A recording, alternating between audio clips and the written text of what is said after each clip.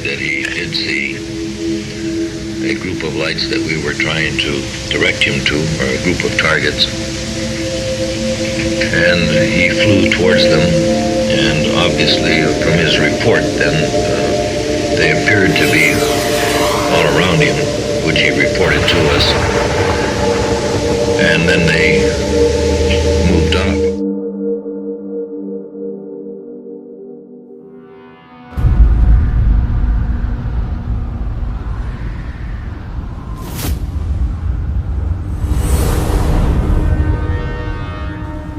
On July 8, 1947, the United States Army reported a crashed flying saucer was recovered near Roswell, New Mexico. But the following day, the Army recanted its sensational claim, stating the debris recovered was nothing more than a lost weather balloon. And for the next 30 years, the United States Army's official weather balloon explanation remained unchallenged and virtually forgotten. However, in 1978, a retired Air Force major named Jesse Marcel, formerly Air Intelligence Officer at Roswell Army Airfield, finally broke silence and revealed the debris he handled at the 1947 Roswell crash was not of this Earth. It was not anything from this Earth that I'm quite sure of, because being an intelligence officer, I was familiar with just about all materials used in aircraft and in our air travel. This is nothing like that. It could not be. It could not have been. However, it should be noted that Marcel made no mention of seeing a crashed saucer or alien bodies, only a vast field of metal fragments scattered over the New Mexico desert. But Marcel's 1979 disclosure unleashed a cascade of testimonies and conjectures that have poured forth from the popular media over all the decades since 1947. Tales of alien bodies, exotic technologies, and captured flying saucers that have embellished Marcel's original account into what has become a vast popular mythos, the UFO urban legend. But despite its global popularity, does this mythos, now termed ufology, offer the light of solid truth at the end of the tunnel, or just an endless, murky labyrinth of smoke and mirror deceptions? A long and winding trail of amazing conjectures and anecdotal accounts that offer no definable proof, creating an enigmatic game of perceptions. To seek the truth in this mysterious game, let's begin our quest by reaching further back in time than the Roswell incident to World War II, when mysterious flying lights called Foo Fighters were reported by bomber pilots flying missions over Nazi Germany.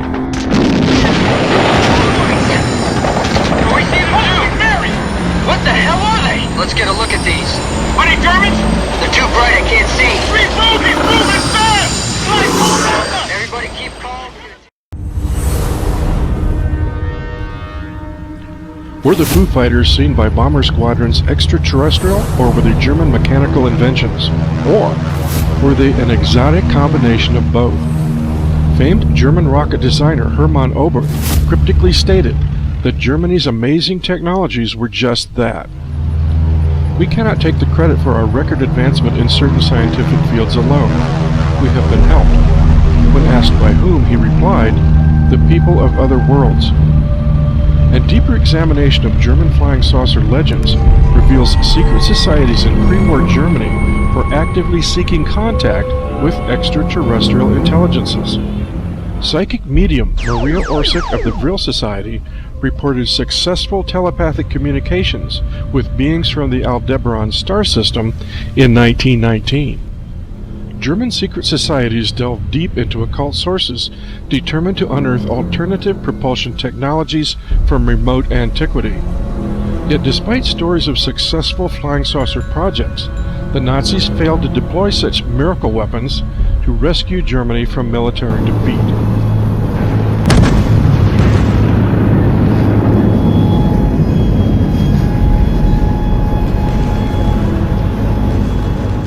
But just 2 years after the war, the flying saucer craze gripped the American imagination.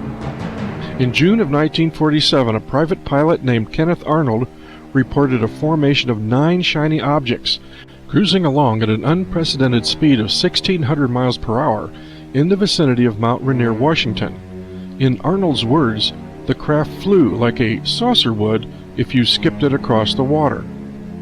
And of course, the following month, July 1947, a more astounding event was reported in banner headlines as a crashed flying saucer by the United States Army Bomber Group at Roswell, New Mexico. But 50 years later, Colonel Philip Corso, former National Security Advisor to President Eisenhower, revealed military concern that the alleged spacecraft recovered in the New Mexico desert also displayed suspiciously Nazi origins. Conversations with Werner von Braun and Willy Ley at Alamogordo in the days after the crash intimated that there was a deeper story about what the Germans had engineered. The similarity between the Horten flying wing and the craft they had pulled out of the Arroyo was no accident. Dr. Hermann Oberth considered the Roswell craft from the New Mexico desert not a spacecraft, but a time machine. Therefore, perhaps the extraterrestrial biological entities described in the medical autopsy reports were humanoid robots rather than life forms, specifically engineered for long-distance travel through space or time. But were these recovered bodies actually aliens, or specimens of Nazi eugenics experiments as well? So when I started putting all this on the extraterrestrial together, we finally gave it a name. I told them, it looks like, these are clones. And so the name came out, extraterrestrial biological entity. That's what we figured they were. We better describe it. We never used the letters ET. There was no such thing. You said that they look like clones. They were clones. Not look like clones, they were clones. We figured that they were created by some other intellect. In 1947, was the American Southwest really being visited by aliens? Or did the former Nazi scientists and technicians, transplanted at White Sands Proving Grounds with Project Paperclip, bring more with them than just rockets?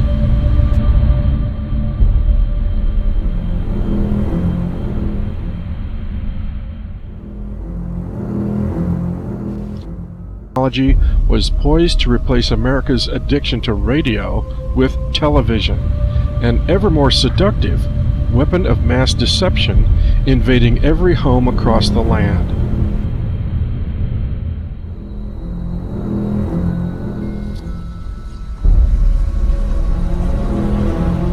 But the American public had already been thoroughly brainwashed long before the outbreak of World War II.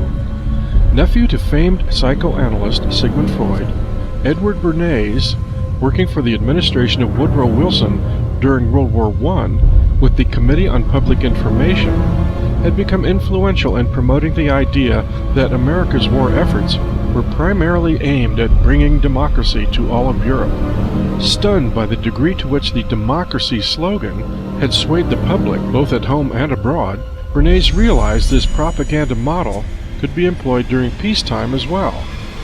And to avoid the negative implication of the word propaganda used by the Germans in World War I, Bernays renamed the technique public relations. It was Edward Bernays who perfected the scientific technique of opinion molding into the engineering of consent. The conscious and intelligent manipulation of the organized habits and opinions of the masses is an important element in democratic society. Those who manipulate this unseen mechanism of society constitute an invisible government, which is the true ruling power of our country. We are governed, our minds are molded, our tastes formed, our ideas suggested, largely by men we have never heard of. It is they who pull the wires which control the public mind.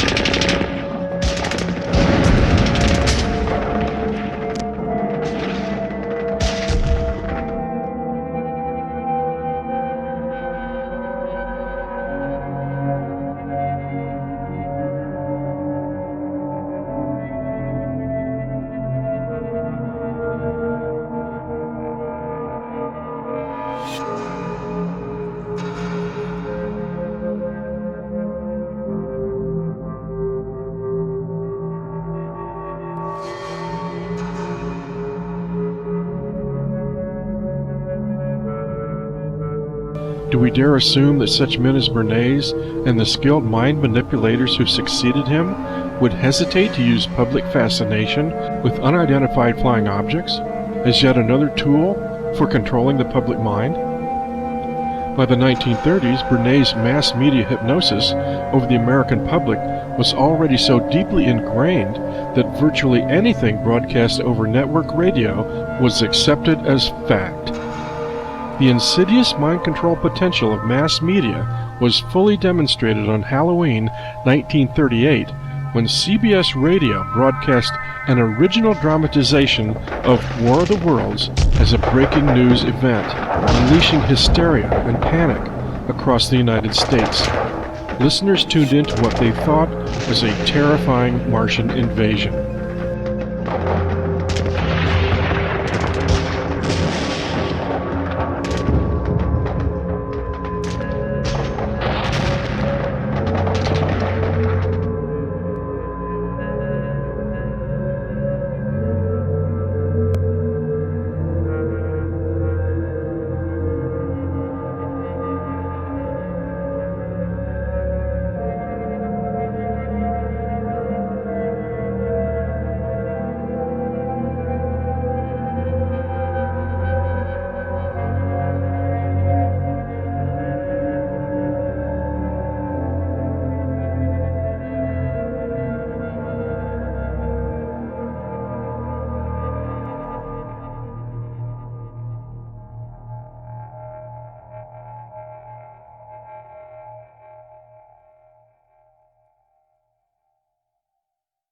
Democracy, to my father, was a wonderful concept, but I don't think he felt that all those publics out there had reliable judgment, and that they very easily might vote for the wrong man or want the wrong thing, so that they had to be guided from above.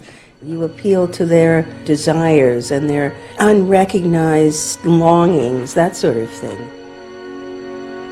That you can tap into their deepest desires or their deepest fears and use that to your own purposes. Do we dare assume that such men as Bernays and the skilled mind manipulators who succeeded him would hesitate to use public fascination with unidentified flying objects as yet another tool for controlling the public mind? By the 1930s, Bernays' mass media hypnosis over the American public was already so deeply ingrained that virtually anything broadcast over network radio was accepted as fact. The insidious mind control potential of mass media was fully demonstrated on Halloween 1938 when CBS Radio broadcast an original dramatization of War of the Worlds as a breaking news event, unleashing hysteria and panic across the United States. Listeners tuned in to what they thought was a terrifying Martian invasion. Bringing you an eyewitness account of what's happening on the Wilmuth Farm, Groversville, New Jersey. Ladies and gentlemen, this is the most terrifying thing I've ever witnessed. Something wriggling out of the shadow like a gray snake. Now it's another one, and another one, and another one.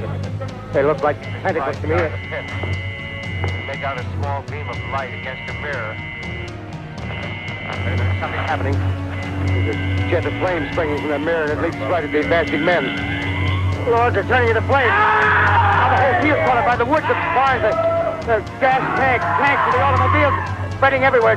Coming this way now, about 20 yards to my right. Ladies and gentlemen, I have a grave announcement to make. Incredible as it may seem, both the observations of science and the evidence of our eyes lead to the inescapable assumption that those strange beings who landed in the Jersey farmlands tonight are the vanguard of an invading army from the planet Mars. The battle which took place...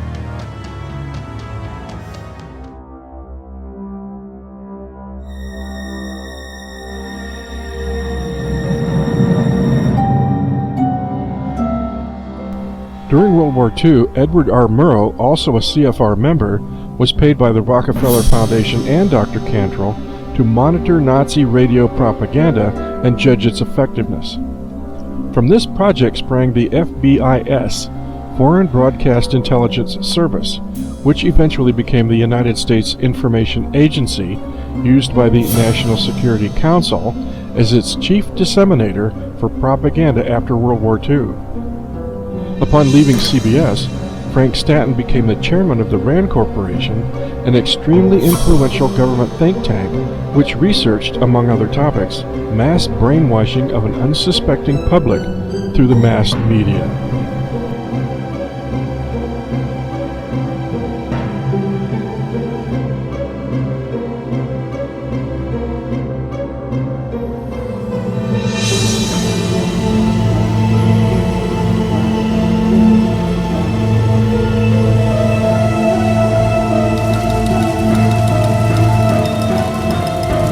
Just 4 years after the Orson Welles Martian invasion broadcast, the whole world was at war. In Germany, the Nazi Party had been swept into power in 1933 by staging a successful false flag terror event, burning the Reichstag Parliament building and blaming it on the communists. In turn, the panicked masses granted Adolf Hitler absolute power, from which he proceeded to launch the invasion of Poland in 1939. How fortunate for leaders that men do not think. And for American defense agencies to fight the Nazis, it became vital for them to think like the Nazis. In 1941, OSS Intelligence Director General William Wild Bill Donovan sanctioned development of an Americanized version of Nazi psychological warfare propaganda techniques, which was defined as full-spectrum dominance over all aspects of a target population's interpretive and decision-making faculties by employing all of the techniques of mass communication propaganda and the all-important component, the calculated application of terror.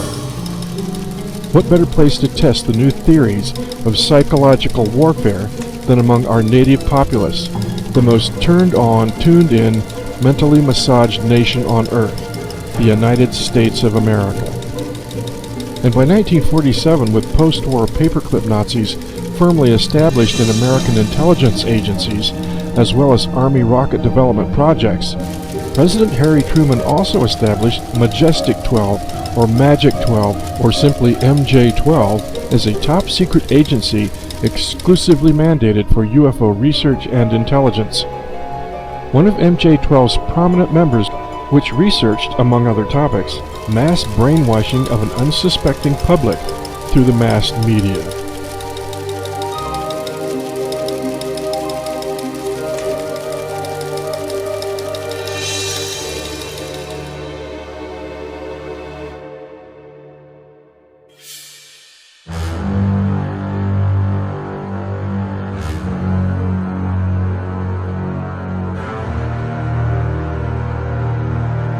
Orson Welles' Martian invasion broadcast, the whole world was at war.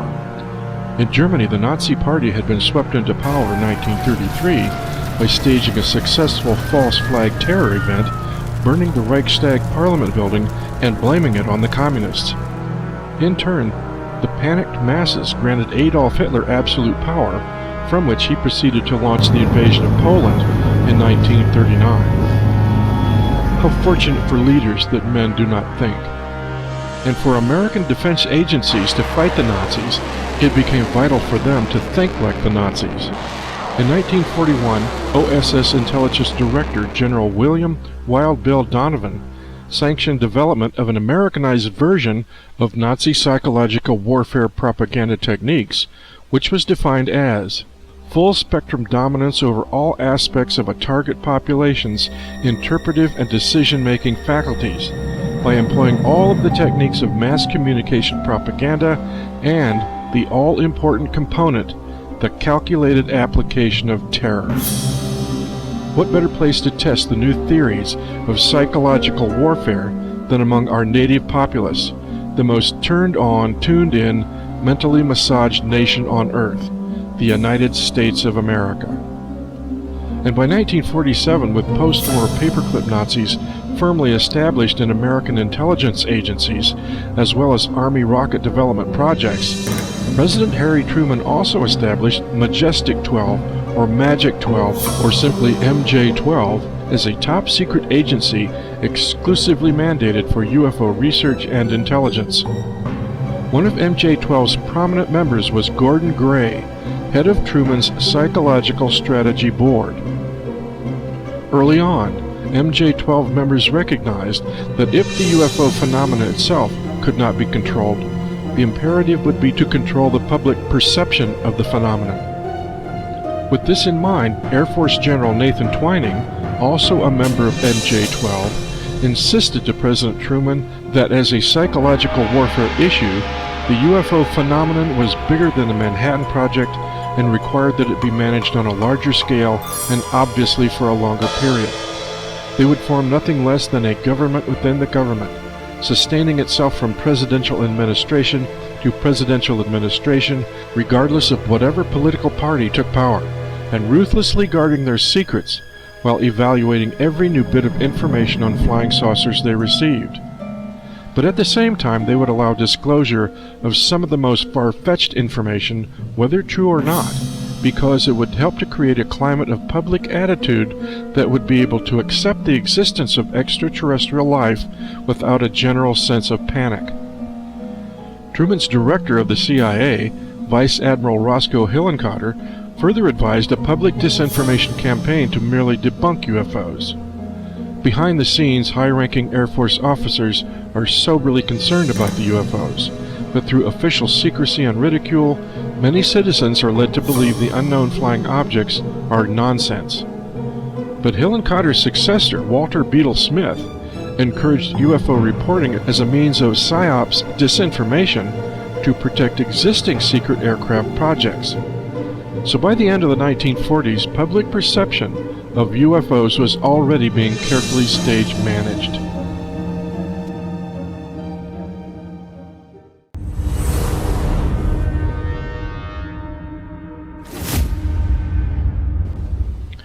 Noted French UFO researcher Jacques Vallée, who clearly recognized the mind control link between the UFOs and Nazi propaganda techniques, asked, "What if the deception operations of World War II extended beyond the end of hostilities with Germany?" The enigmatic nature of the UFO phenomena itself generates both fear and wonder, objects of observable yet insubstantial abstraction upon which humans are prone to project either their deepest fears or highest hopes. A nebulous psychological duality which in itself presents useful potential for psychological manipulation by unscrupulous agencies. Historically, fear and wonder have been effective inducements for manipulating mass consciousness. Such mind control techniques were well understood by Hitler's Third Reich.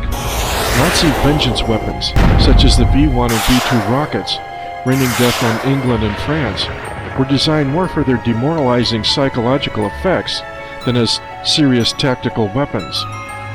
Even the United States Army's atomic bomb was designed for much the same purpose: shock and awe. A single bomb generating a magical ball of fire capable of evaporating an entire city. Since their successful construction in 1945, only 2 atomic devices have been used against human population targets. Yet the entire world has been held psychological hostage to potential nuclear terror ever since.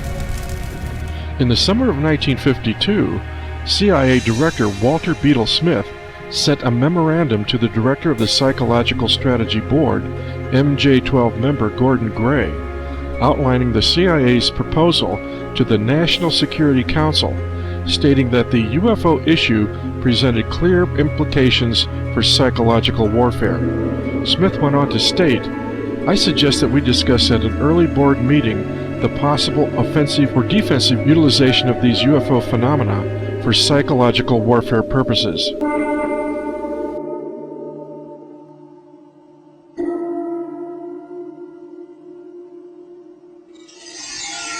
Talk to him, you asked him? I have, more or less on gestures and mental telepathy, as it is known, talk transfer.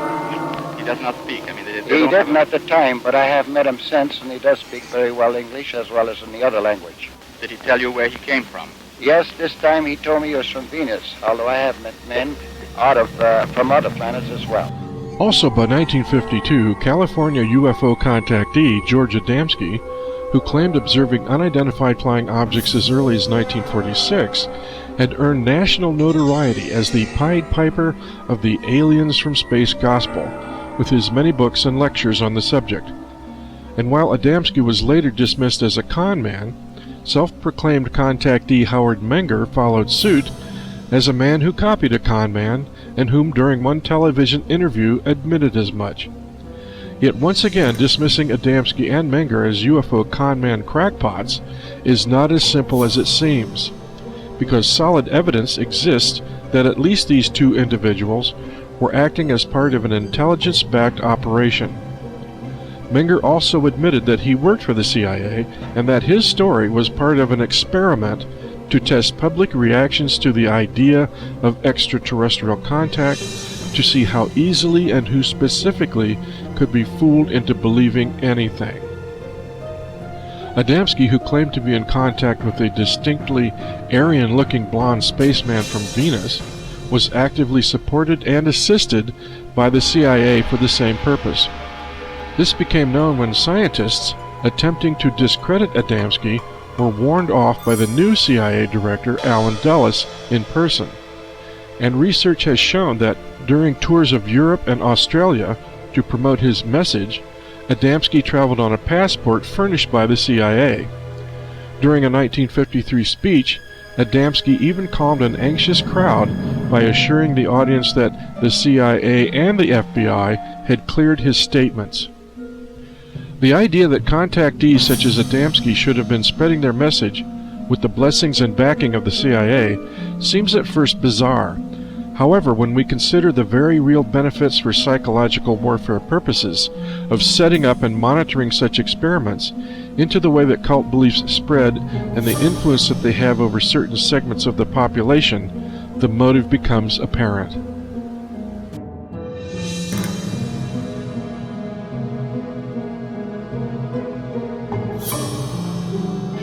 It is curious to note how government mind control operations closely parallel modern history of the UFO phenomenon.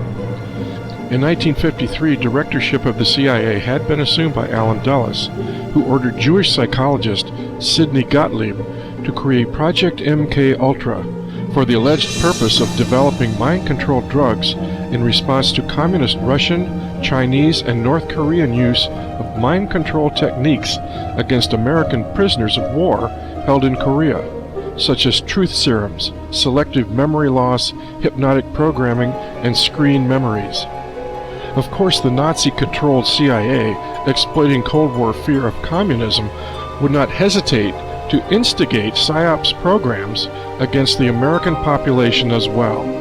By 1962, classic film The Manchurian Candidate explicitly showcased just how sophisticated Cold War applications of MK-Ultra mind control techniques had advanced in 10 years.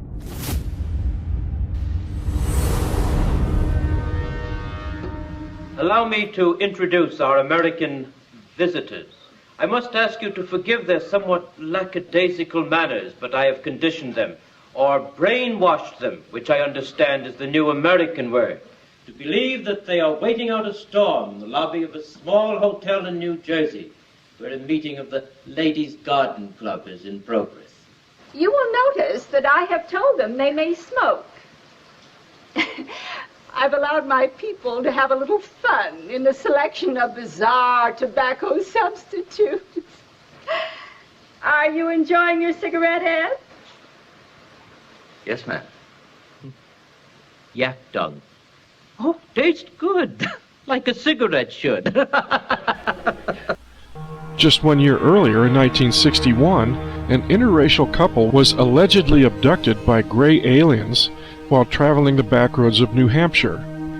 Betty and Barney Hill eventually gained national notoriety from this sensational UFO abduction, but the so-called alien mind control techniques revealed in their account were virtually identical to the same Cold War mind control techniques showcased in the Manchurian Candidate movie.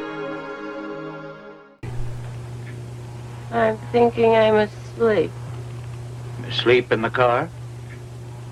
I'm asleep and I've got to wake up. I don't want to be asleep. I keep trying to wake up. And then I open my eyes I'm walking through the woods. I open my eyes quick and I shut them again. Barney is behind you? There's a couple of men behind me, and then there's Barney. There's a man on each side of him. And my eyes are open, but Barney's still asleep. He's walking and he's asleep. And then I begin to get mad. And I said to myself, who the heck are these characters and what do they think they're doing? And I turn around and I say, Barney, wake up. Barney, why don't you wake up? And I'm getting really annoyed at Barney. And I say, Barney, wake up. Is Barney his name? And I wouldn't answer. And then the leader, there's no reason to be afraid. We just want to do some tests. And then when the tests are over, we'll take you and Barney back to your car. You'll be on your way back home in no time. And then come to a clearing. And there was, I wish it were light so I could get a better picture of it. There's a ramp to the door. The object was on the ground. The moon sitting on the ground. The object was on the ground? I think that's the same one I saw in the sky. And I thought it was the moon. Go inside. Along with standard mass media PR mind control was an even deeper, darker mind control program masked as alien abductions being deployed against the entire American public in general. Dr. Helmut Lammer, author of My Labs, Military Mind Control and Alien Abduction, observed, it would be easy for psychiatrists or psychologists who work for secret military intelligence agencies to create alien abduction scenarios that appear similar to real abduction encounters. Drug-induced hallucinations and related psychological processes have long been studied by researchers into hallucinogenic imagery. But since most MKUltra records were deliberately destroyed in 1973 by order of CIA Director Richard Helms, it has been difficult, if not impossible, for investigators to gain complete understanding of the more than 150 individually funded research projects sponsored by MKUltra programs. To avoid liability, these projects have been discreetly moved into private corporate interests. Today, these projects have resurfaced as transhuman artificial intelligence research, the ultimate mind control program destined to turn the entire population into fully automated cyborg robots.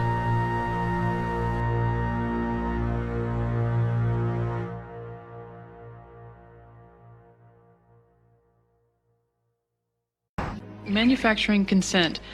What is that title meant to describe? Well, the title is actually borrowed from a book by Walter Lippmann, written back around 1921, in which he described what he called the manufacture of consent as a revolution in the practice of democracy. What it amounts to is a technique of control. And he said this was useful and necessary because the common interests, the general concerns of all people, elude the public. The public just isn't up to dealing with them, and they have to be the domain of what he called a specialized class. Notice that that's the opposite of the standard view about democracy. There's a version of this expressed by the highly respected moralist and theologian Reinhold Niebuhr, who was very influential on contemporary policymakers. His view was that rationality belongs to the cool observer, but because of the stupidity of the average man, he follows not reason but faith. And this naive faith requires necessary illusion. The point is that in a military state or a feudal state or what we would nowadays call a totalitarian state, it doesn't much matter what people think because you've got a bludgeon over their head and you can control what they do. But when the state loses the bludgeon, when you can't control people by force, And when the voice of the people can be heard, you have this problem. It may make people so curious and so arrogant that they don't have the humility to submit to a civil rule, and therefore you have to control what people think. And the standard way to do this is to resort to what in more honest days used to be called propaganda. Manufacture of consent, creation of necessary illusions, various ways of either marginalizing the general public or reducing them to apathy.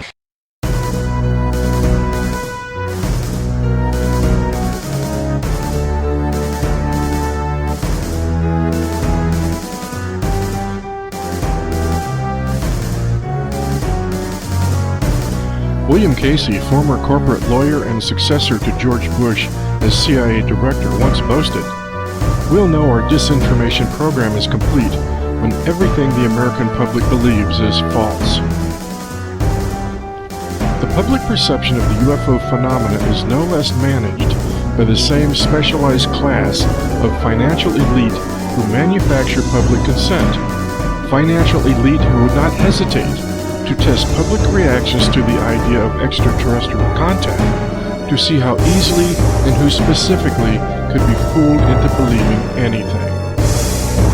Today, the UFO phenomenon, once such a formidable challenge to defense authorities, has been fully commercialized, tamed, and trivialized into urban legend nonsense.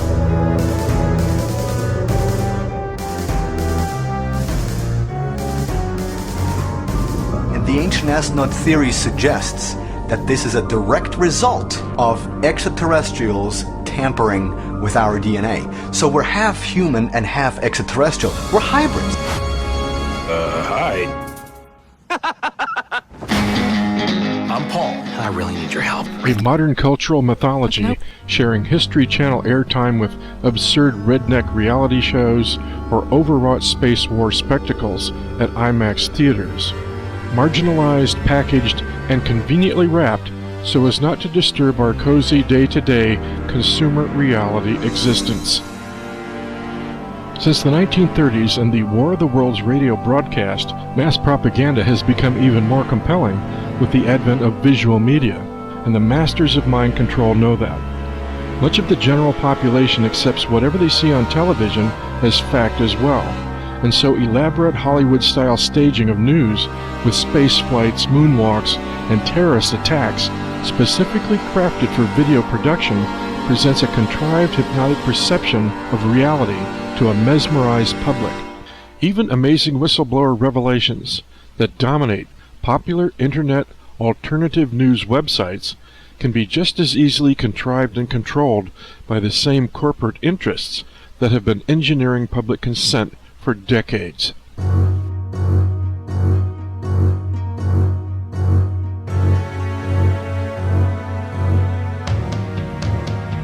The free flow of accurate information is fundamental to the political health of any democratic social structure.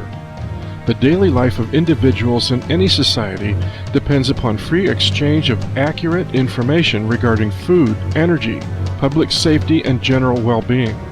As such, we depend upon the integrity of the public press and governing officials to present truthful information to the population they serve, with the understanding that a properly informed population is fully capable of making sound decisions for the common good, which is why freedom of the press was clearly specified in the First Amendment to the United States Constitution. Unfortunately, the historical reality has been that the wealthy minority who own the country believe it is their right to govern it, not the general public's. Thus, the wealthy elite view the mass majority as incapable of governing. Therefore, management responsibility must be held by the specialized, moneyed class. And today, this specialized class, the empire of money, or corporate elite, in fact manages the American nation behind a facade of democracy. Corporatism is fascism. We no longer live in a world of nations and ideologies, Mr. Beale. The world is a college of corporations, inexorably determined by the immutable bylaws of business. The world is a business, Mr. Beale. And freedom of the press betrayal of the American public by the wealthy elite has never been more apparent than over the course of the 2016 presidential campaign. Reported with an unprecedented display of journalistic irresponsibility, corrosive ineptitude, and deliberate deceit. The mass media has of itself become a threat to the very constitutional authority that protects it. How can we expect truth from an industry that of itself is guilty of criminal collusion by foisting decades of fake news fabrications upon the national population they speciously claim to serve? Freedom of the press has become tyranny of the press, shamelessly manipulated by the moneyed class who own it. And now, after nearly 3/4 of a century, to expect honest disclosure of UFO truth from the mainstream media seems more unlikely than ever. Even if television reporters announced an alien landing today, who would believe them? They've destroyed their own credibility. The media has for decades crafted such a pervasively false perception of reality that any genuine truth is now virtually irrelevant.